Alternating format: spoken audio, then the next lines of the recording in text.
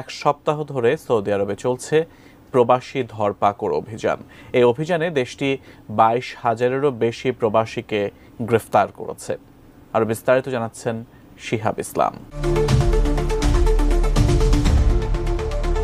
Saudi আরবের আইনশৃঙ্খলা বাহিনী গত এক সপ্তাহে 22,000-এর বেশি প্রবাসীকে গ্রেপ্তার করেছে।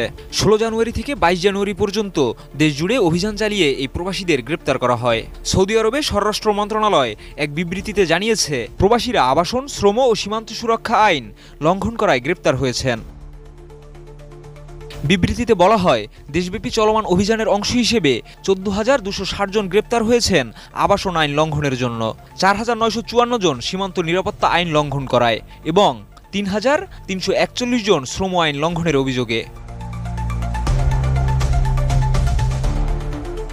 নির্মাণ কাজেও আমি বেছে নেই CSRM TMT 500W, Committed for Better State।